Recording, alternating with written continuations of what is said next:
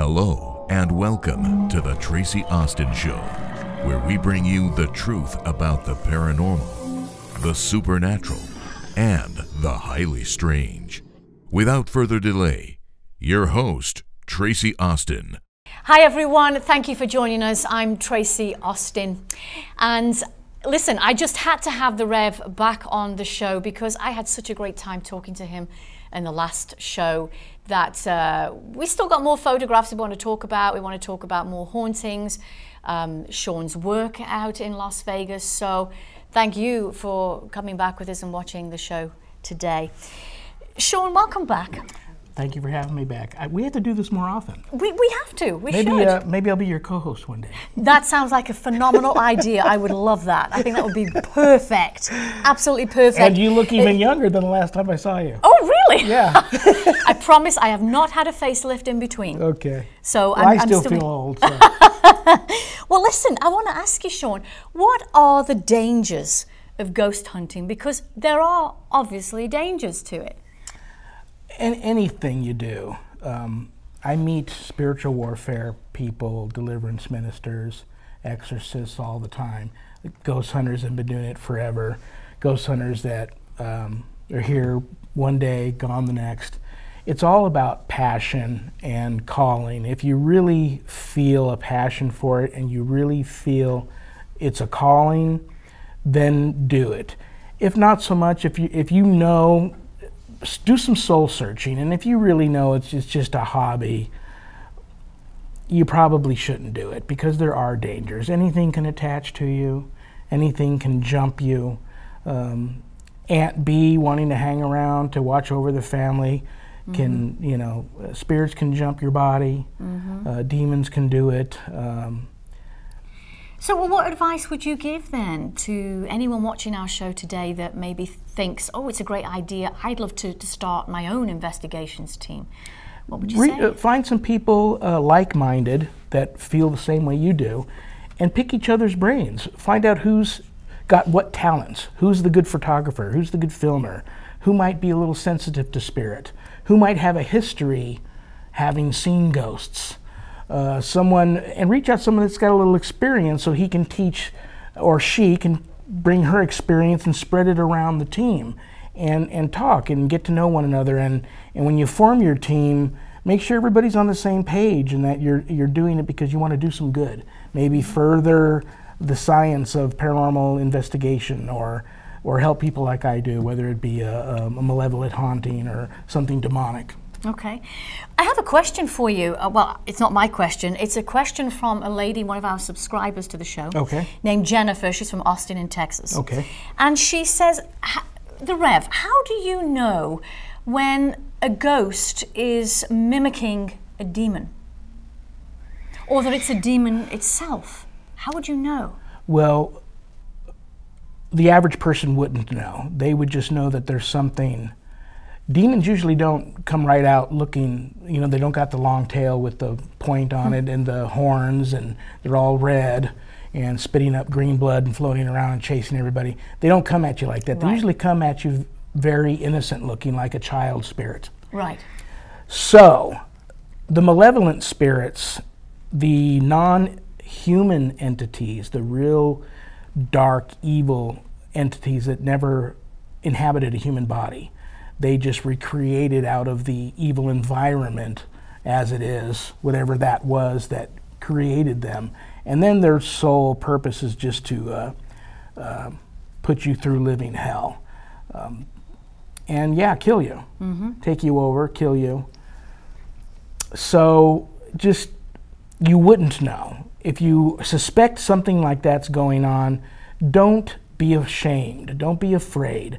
Reach out to some experts and be honest with them and tell them what's going on. And if you truly need some help, do what they ask you to do. Don't fight them. You reached out to them in the first place.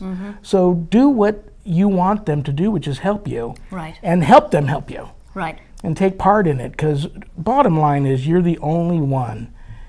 People think you're going to come in and wave a magic wand and make it all better. No, honestly, the people that are being affected are truly the only ones that have the power to take their life back. Right. And have faith. Yes. They've got to have faith. Yes. Did you ever see the movie Paranormal Activity? I think I saw the very first one. I might have saw bits and pieces of the second one, and then there were so many that came out after that. I don't think I watched them. Right. What were your thoughts about that first one? I kind of liked it. It was different. Yeah. You know, the way it was all filmed by the family being terrorized, and they had their camcorder at home. And that's, it was different. Yeah, and that's how it starts. Yeah. With a very subtle, and then it builds. Yes. Yeah. So. You've got to also, you ask people, so you did something. Everybody says, no, it was attached to the land here already, maybe. I had a neighbor come in and we played the Ouija board, maybe. No, you've done something, especially if it's a real malevolent spirit or worse. You've done something to give it permission to be there. It thinks it has permission. It thinks you've opened a door and given it permission to be there and harass you and take over your life. So you have to figure that out. And sometimes you can never figure it out. Right. And people get upset. Are you calling me crazy? Have you had any mental illness in your family history? Are you calling me crazy? I'm not into drugs. I'm not a exotic dancer. I'm not a prostitute. God forbid, you know. I'm not a bad person. I didn't do anything to invite this thing in. Something happened. When you start to break the layers away and investigate more and talk to these people and get into their life, you eventually find something happened that allowed this thing in, and then then it's on. The fight's on. Right. It's scary stuff, and it's serious. It's real. It's real stuff. So you know what? I heard something one time how to cleanse your home, and a wand of sage, and a bowl of sea salt. Okay.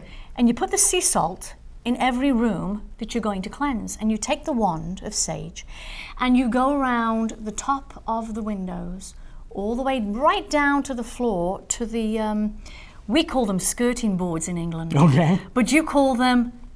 Windowsills? No, at the bottom of the base. The base, okay. The base of at the bottom of the floor here. And then you'll go up over the door and you'll follow it all the way around, over the door, over the windows, till it's cleansed, and you're saying the prayer of Saint Michael. Yes, that works. Of protection. But the sea salt is important because it's from the ground. It's very grounding for spirit. Yes. So is that true? What I was Well, told? I do a mixture of both sea salt and kosher salt, and I also have it blessed. Once I get my hands on this salt and mix it, I have it blessed. I bless it, and I take it to my priest and have him bless it. Since I became a minister, an ordained minister, I'm more into frankincense and myrrh and monastery incense and spikenard, the blessed incenses. I'm more into that. I still do occasionally. It's like when in Rome. I have a beautiful smudging fan made for me by a chief up in Canada, a chief of an Indian tribe who's also an exorcist and a medicine man. If I go to an area that's on Indian land that was once Indians lived there, and I suspect it's Indian activity, I take the sage, the white sage, which has also been blessed and sprinkled with the salts, and I'll use my smudging fan and some sage there. Some of my colleagues get upset when I do that. They say that's not part of your training, and it wasn't. But I was a ghostbuster since I was 10. You learn some things along the line. But most of the time I use the blessed incenses. Oh, I even got a list here. You know, because this is one of the biggest things people ask me is I need to cleanse and bless my home. Yeah, show us the list. What do you have? I hope you guys out there have a piece of paper and a pen. You need holy water. Make it distilled water and take it to your priest and have him bless it. You need holy oil, extra virgin olive oil. Have your priest bless it. Holy salts. Have your priest bless them. Holy chalk, white chalk like your teacher wrote on the board with in school. Have him bless it. I'll explain later. Frankincense and myrrh, an incense burner, a nice wall crucifix, a statue of the Virgin Mary, a statue of St. Michael, a lot of white candles, St. Michael medals, 4 of them, St. Benedict medals, 4 of them. Get all of this stuff blessed. I load my trunk up. I let my priest know I'm coming. I back up to the church and pop the trunk. He comes out and he blesses my trunk. Oh. And he closes the trunk. I drive off to the case. So it's a bit like a drive-through blessing. Is that what it is? Yeah, I call him up and say, I'm coming by for the drive-through blessing. And he does all of that. He blesses it all. And you need all of that stuff blessed first. And my salts are just sprinkled on windowsills, the floor at every door leading outside. The frankincense is lit. Right. And I smoke the whole house out, leaving 1 or 2 doors open. I smoke everything, closets, cabinets, bathrooms, the crawl space, get to the crawl space. You have to do it all. Get to the basement, smoke it all out. When you're done smoking it all out, close your doors and windows, lay your salts down, and then you want to sprinkle holy water in the sign of the cross in all 4 areas of each room. Each room. Physically go to the wall, put your finger in the holy oil, touch the wall, and make the sign of the cross. Take the blessed chalk, touch the wall, and make the sign of the cross. I like to add some scripture. I will write in chalk. People get upset, you're writing on my wall? I'll write some of my favorite scripture on a wall in chalk. And it works? And sometimes I'll just be, this house now belongs to the Lord. I see. Anything. I'll write that in chalk. I go outside, I bury 1 St. Michael medal, 1 St. Benedict medal in the 4 corners of the property, about 1 foot deep, with some salt, with some holy water, cover that in. I go extreme at my house. I've got blessed medals on my water faucets outside, and I spray holy water down my whole roof. You've had a lot of stuff happen to you, Yeah. so you've got to be that way. I tell you what, I don't know if our audience at home have ever had that situation where there's been a knock on the front door or the doorbell has rang. It just happened. I had it too in England. And the doorbell rang, I opened the door, nobody there. So I'm looking, where are you? I shouldn't open the door, right? Well, now we know you shouldn't open. Look first. See, I didn't know that. Because they came in, and didn't you have activity after that? I did have a few strange things going on. Okay, so it came in. Right. So anyone watching, or our audience watching the show today, if your doorbell rings or there's a knock on the door, don't open it. Because I Especially opened if it and I it's got 3 activity. rings and 3 knocks. Look first, and if nobody's there, just go about your business. But what do they do if they have no peephole? Nobody's going to just Tough knock luck. 3 times and not do it again. They would Right. bang a few more times, maybe call out, hello. Right. And if nobody answers, then... And that's why I got the big dogs. Nobody comes to my house. And plus, I've got the cars with the ghost magnets on them. Everybody in Right. the neighborhood thinks I'm the crazy exorcist guy, and Right. they stay away from the house anyway. Oh my goodness. Hey, I'm glad the ghosts allowed you to come and hang out at our show Yes, today yes, I again. got That permission. was great. I'm glad they gave you permission. We thank them for that. So I hope everybody wrote that down, get all that stuff. Most important thing, get everything blessed by a priest. Everything blessed by a priest. The Tracie Austin Show would like to thank our sponsor, Zohar Stargate TV. And for more information about our sponsor, please visit zoharstargate.com. So Shawn, we just had a break there. I wanted to ask you about this particular photo where you had an investigation at a local residence in Las Vegas. It was a private residence, and there's an entity seen at the top of the stairs. Can you tell me a little bit about this story, this case? Single mother of 3, also had her elderly mother living there. Lots of activity going on, and she was one of the workers living at that local business that called me in to help. So this is now the 2nd worker from that hospital that's having activity at the home. It kept attaching and jumping from client to client. I see. 9 cases in a row. I knew everybody either professionally or personally, and it jumped from one case to another, and it was just like all lumped together, connected, so to speak. So one of her sons had autism, Down syndrome. Gosh, God forgive me, I don't remember which one, but he was nonverbal. But he would wake up in the middle of the night screaming like something was trying to kill him, which he doesn't do, and wouldn't sleep in his bed anymore, sleep out on the landing. So this picture caught this entity on the same landing where the boy was sleeping. Now I had everybody downstairs that night, and this is me taking the photo before I start to go through the house to do the blessing, and it's clearly wanting to get away from me. But the client fainted when I showed her this photo. That's why I have to be careful showing evidence to clients. Right. Because she thought she was going crazy. Right. And when she got that validation, and it to her seemed so much crazier on film, that, yeah, it didn't end well. So you got to be careful doing that. This thing, very large, heavy set, maybe a man, maybe a woman, you couldn't really tell. No head, no hands, no feet. Wow. Just kind of roaming through the home. Well, I got up to the top of the stairs and I saw it go into the master bedroom. So I'm following it into the master bedroom, and her daughter walks out of the bedroom. And I look at her and I go, honey, what are you doing up here? And it dawned on me, everybody's downstairs. Oh my gosh. And then I get hit with like I walked into a meat locker and the stench, and I grab my holy water and I start flailing it at her. And it's this quick, like somebody slaps me in my face and I blink. She's a feral cat pig-like creature that runs at me, and I have to move out of the way for it to run through the bars of the stair. Well, you know, what are the things at the top of the stairs? You hold on to the railing? The railing. With the bars? The banister. It jumps through the banister, over the stairs, through another set of banisters, into one of her son's rooms, and out a second floor window. So that was a very, very hard case. And sad to say, I really wasn't able to bring closure to that. They had to move. Oh, really? They had moved several states away. They're doing much better now, and I pray for them all the time. And you guys know who you are, and you know I pray for you all the time.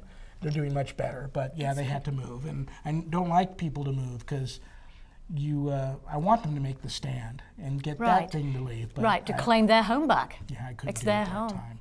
Yeah.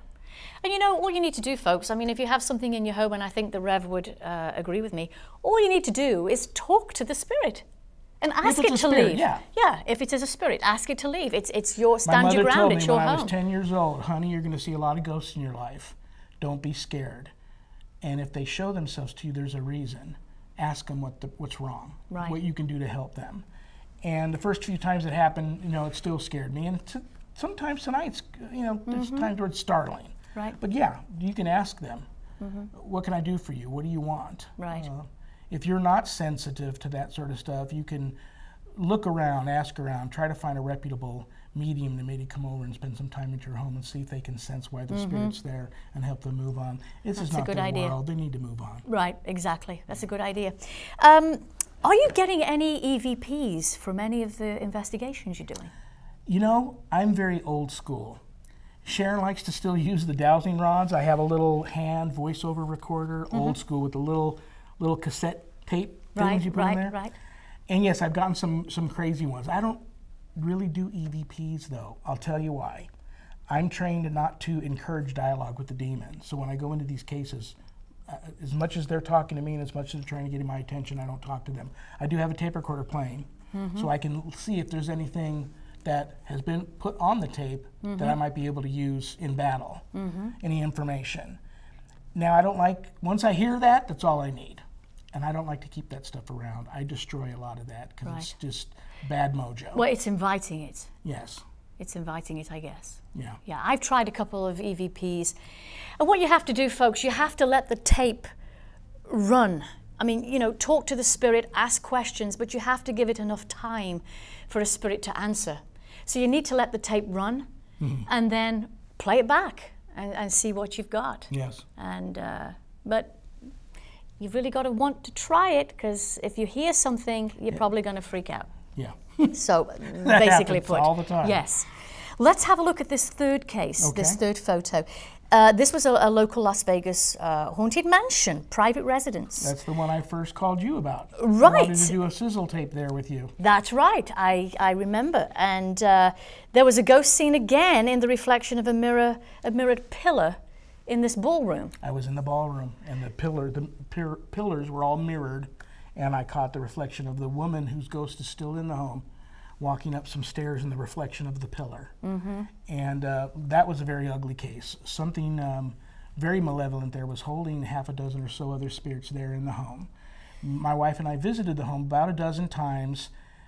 The woman actually would come and visit Sharon in her dreams at home. Oh, really? And they had quite a friendship going. She would direct Sharon to find things in the home that were lost, that no one knew were there. Okay.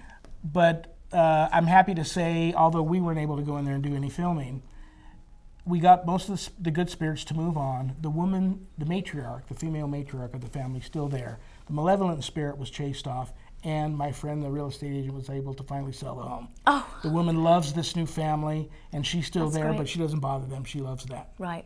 So there are success stories. Yeah. Yeah. And there's lots of success stories. Yes, It's just absolutely. some that don't work out for And whatever. unfortunately, they're like gum on the bottom of your shoe. They stick with you for a while. Me, I'm a crybaby. I wear my heart on my sleeve. I have one unsuccessful case, and it haunts me forever. They all haunt me. Right, Yeah. right. Some just affect you more than Yeah. others.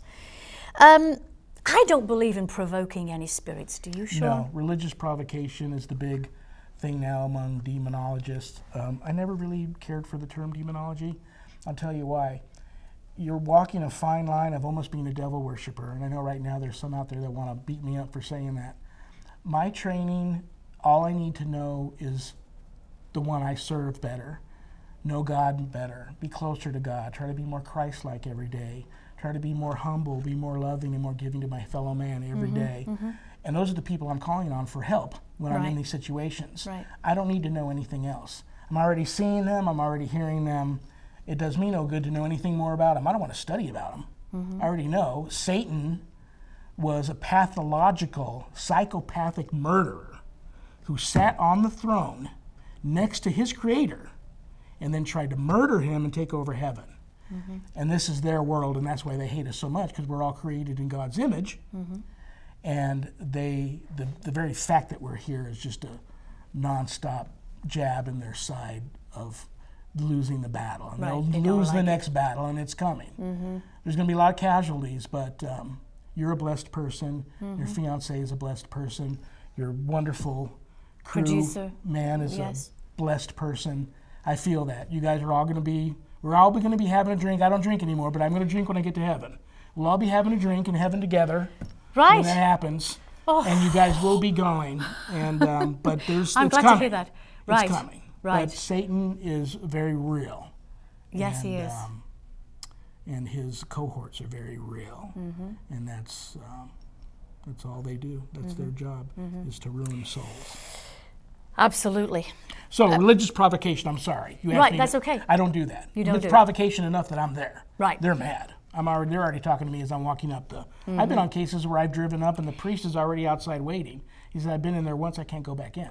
Oh my gosh. And they're already mad. I'm already hearing them talking to me before I even get in the home. Do you know what? It just makes me think back of the movie The Exorcist. That whole demonic thing that happened with the young girl. It's a real story. It took me, I couldn't sleep for nights upon nights when I saw that. It was just horrible because, and seeing a girl with a man's demonic voice is terrifying. It's horrible. So I had a hard time after I saw I that did too. movie. I remember I was Yeah. a little kid. The whole family went. We were living in Southern California.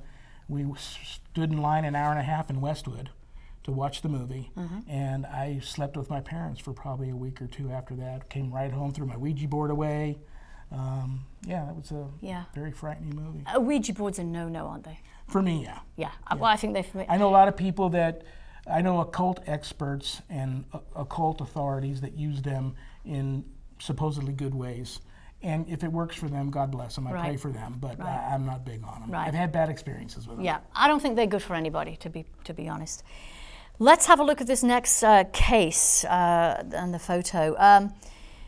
You were photobombed by a spirit. Explain this. Well, it was the Indian woman that showed up at my home one night, Yeah. thanking me for a blessing some area out in Good Springs, Nevada, asked me to come back and do some more blessings because there Right. were some malevolent entities moving into town. Right. So I was the new exorcist / spiritual sheriff in town. Showed up one afternoon with Sharon. We started at the cemetery and we went all through town praying and blessing the town, all the hot spots. So at one of the locations, I was surprised to, all of a sudden, 115 degrees in the Mojave Desert. I'm in a meat locker. My hairs are standing up on end. You can see my breath. And there was a photo taken, and sure enough, there's that mysterious mist in front of me. But I had such a peaceful, welcoming feeling from it when I was there that I'm confident that was her thanking me and meeting me at the fence line of this property. I haven't seen her since, but now the little boy is there. And Oh boy. so I'm trying to convince him to go back to Good Springs, but he's at the house playing with the dogs now. Oh my gosh. But it's a peaceful spirit. Yeah, he's a little boy. I feel bad for him. I don't want to force him to go anywhere he doesn't want to go. I told him he's welcome to stay, but he really needs to go back where his family's at. He obviously lived in Good Springs at one time. His family's buried there. The Good Springs ghost team that's there all the time has known this little boy's spirit for years and years and years. They've interacted with him and seen him and taken pictures of him. And I was on a radio show and happened to be talking about the little boy, and the two mediums looked at each other and went, "That's where he went." They had been missing him for weeks. They didn't know where he'd gone, and I didn't know that was the little boy until I told the story. So they're all, "Yeah, tell him we miss him and tell him to come back." That's sweet. So, and you know, you can live with spirits, peaceful spirits. You can. I hope so. I'm thinking the theory now is that they don't mean to, but they drain your energy, and you become sick from that. Right. If you're around that too much, because they need the energy, and they're not an energy vampire, but being around a lot of spirit in an area that's infested with spirit, to live there a long time is believed now not to be good for a human. That it's just a drain on your psyche and your physical energy, your aura, and it allows you to become sick. Right. There was another photograph you had sent to us, Shawn, of another spirit on a stairs. Can you briefly... That's the mansion. That is the mansion. And that's the dark entity at the top of the stairs there. And you can pushed clearly... many people down that stairs. One man died from being pushed down those stairs. The woman who lived most of her adult life and died in that home, it's still there in spirit, is still there. But the several spirits that entity held captive there lingered up and on that balcony at the top under the stairs there. And yeah, it was, you couldn't hardly walk up and down those stairs without just going slow, being determined, and hanging onto the railing, because it would take its shots at you. And that was a mean one. And you cleansed that? He's gone. He's gone completely. Okay, Shawn, we're coming to the close of our show, but I want to ask you if any of our audience out there want to find you because they have a paranormal issue, how will they find you? www.ghost-b-gone.biz. That's the website. There's a ghostbegone.biz, one word, Facebook page. I'm Shawn Whittington. Underneath my name is Reverend Shawn Whittington. Facebook. You can reach out to me on just regular Facebook profile. My numbers are on there. My emails are on there. Okay. There's a contact form you can fill out to send me a message and have me get back to you, or call me. You know, You're available. I wish there was more time in a day to help all the people that reach out to me, and I don't mind it at all. Right. I just wish I could get to a lot of them faster. So, Dr. Doolittle by day, Ghostbuster by night. Yeah. It has been absolutely awesome talking to you. Thank you so much for coming. We're messing up the mic sound right now. Probably. Yes, we are, but we don't care. So we thank you for coming on the show. Yes. Come back and update us, won't you, of how you... You asked me back. It's not... Absolutely. You know, I won't leave. These guys are all ready to go home. You're like a ghost. You're like a ghost. You won't leave. And it's Saturday night in Vegas. They're ready to go home and party. I'm ready to keep talking. Well, we will have you back, my friend. There's no doubt about that. In the meantime, thank you for watching our show today. We hope you've enjoyed the show as much as I have and as much as Shawn has. Remember to reach out if you have an issue that you'd like the Rev to sort out for you. And we will see you next time. Stay tuned to our shows. God bless everybody. The Tracie Austin Show would like to thank our sponsor, Zohar Stargate TV. And for more information about our sponsor, please visit zoharstargate.com.